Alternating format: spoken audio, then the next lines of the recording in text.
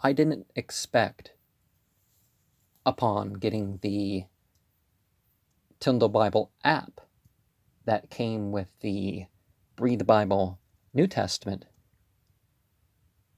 to have an Old Testament that was dramatized and given music and many different voices, much like the New Testament was. Now, I understand even more why the order that the Jews have of Tanakh makes more sense, both in its type and in even the book order than the Christian Old Testament. So in Torah, we have Brashit, Shemut, Wikra, Bamdaber, and Debrim. So, that'd be the law. And in Nebiim, we have Yahusha, Shupthim, Shemwal Aleph, Shemwal Beit, and those would, you're contrasting this into 24 books, the whole bit. So, you don't have separate kings, separate Samuel. And then you have Malkim Aleph, Malkim Beit, Yeshaya, Yirmiyah,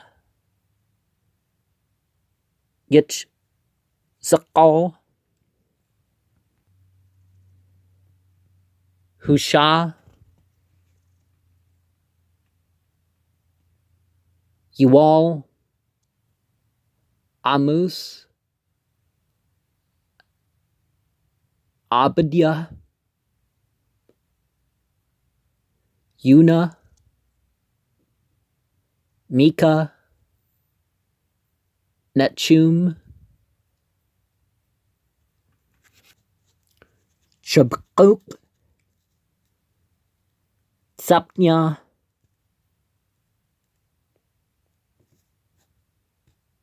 Chagi, Zechariah, Malachi, and of course the 12 minor prophets are given they're in one book. And then Ketubim, so law, prophets, writings, and Tahilim, Mushli, Ayub, Shir, Hashirim, Root, Aka, Kahlat,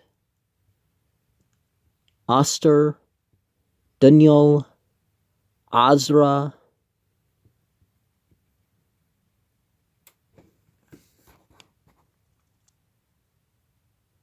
Nechemiah,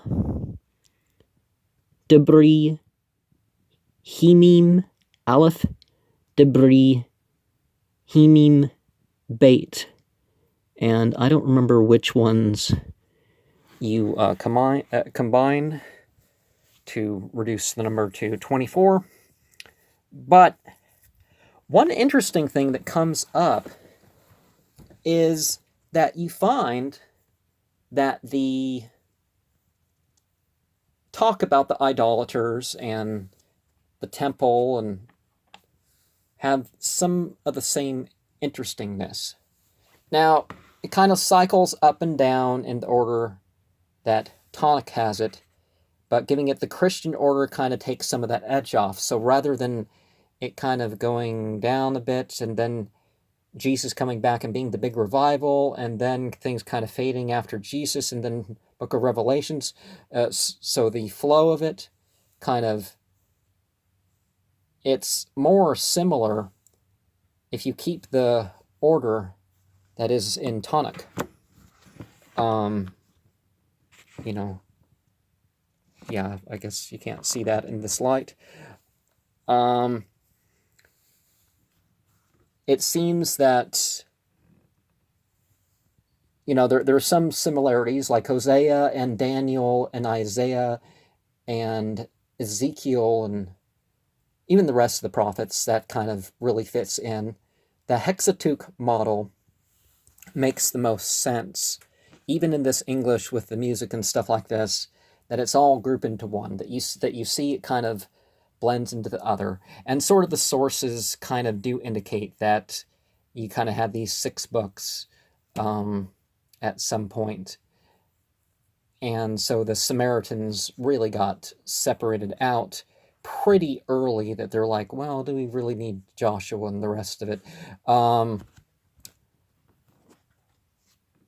But the sort of writing, if you don't mix up the books and have Micah at the end and that sort of thing, not only the periods where they were written, but the type of stuff going on, it just makes more sense. And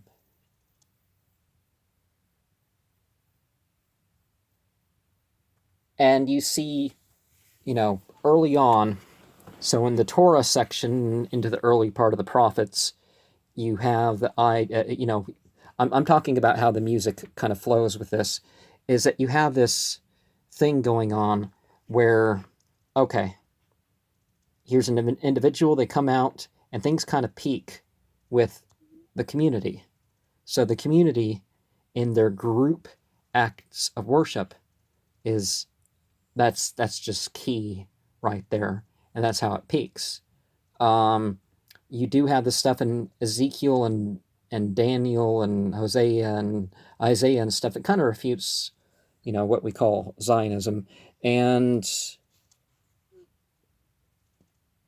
But then again, the end goal is the temple stuff. But the thing in Samuel and all that other stuff, a lot of the idolatry with Dogon and these people were, taking trees out of the forest and basically doing what people do with Christmas trees and all that sort of stuff. A lot of that, the music makes it sound even more interesting.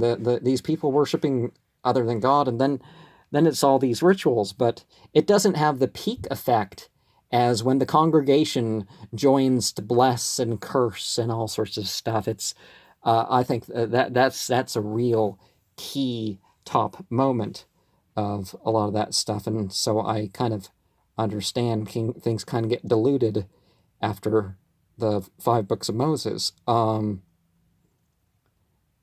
And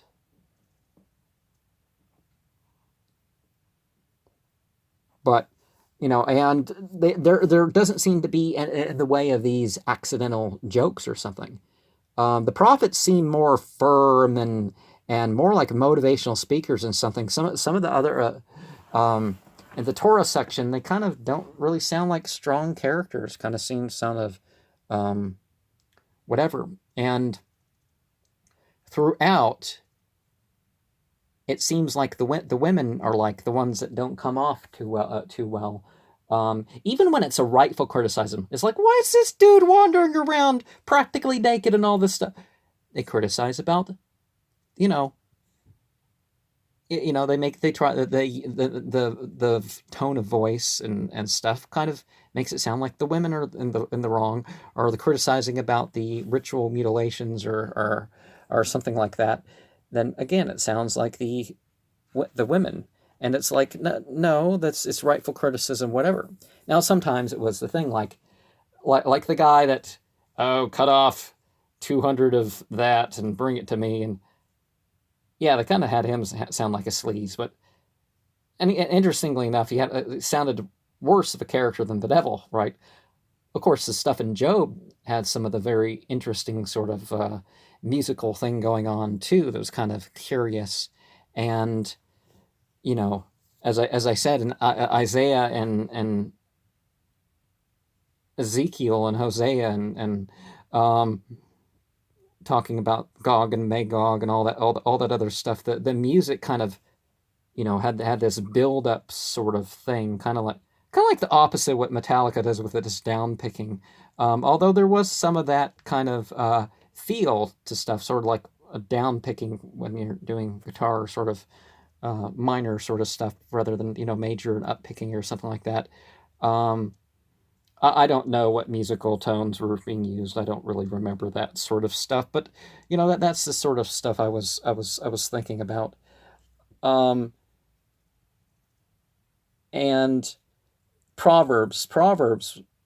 Psalms, you expect Psalms to go back and forth uh, with the drama and the type of music and that sort of stuff. But Proverbs, why did they make it sound like it was arguing with people? I mean, really, because it really did kind of sound like they were arguing with people at times, and there was really no reason to think that there should be an argument or something, but it kind of came off that way. So I don't know what that was about, really. Um, I mean, that's just how it seemed to me. I'm more about music and tones of voice and that sort of stuff. Um, and yeah, once you get past Joshua, you really get less and less of the importance of the community. Now, you do need to be, you need to be part of you need to do what's right and not do what's wrong, or however you're going to phrase that, for itself, anyways. But you don't have to, now I know the whole thing with Ezekiel and the rest was that, hey, you think you're chosen because of your supposed ancestry. Nowadays, it's not even real. It turns out most of the claims are fake. Somebody faked it at some point, and what, 95%, 90% of the people, whatever. But it's like, you're not following his example. You're a bunch of idolaters and fornicators and all this other stuff. Why are you claiming the Abrahamic covenant? That, knock it off with that. Um, and warning them about injustice and all that, and usury and all these other things that kind of tear away the stereotype of the religious figures. And so, as much as there were strengths to the Tyndall Bible app that I really haven't seen, and none of it comes off as a joke. You throw in some cheap sounds and stuff like this. It is so easy to make it sound like a joke and stuff like this, but none of it does. Um,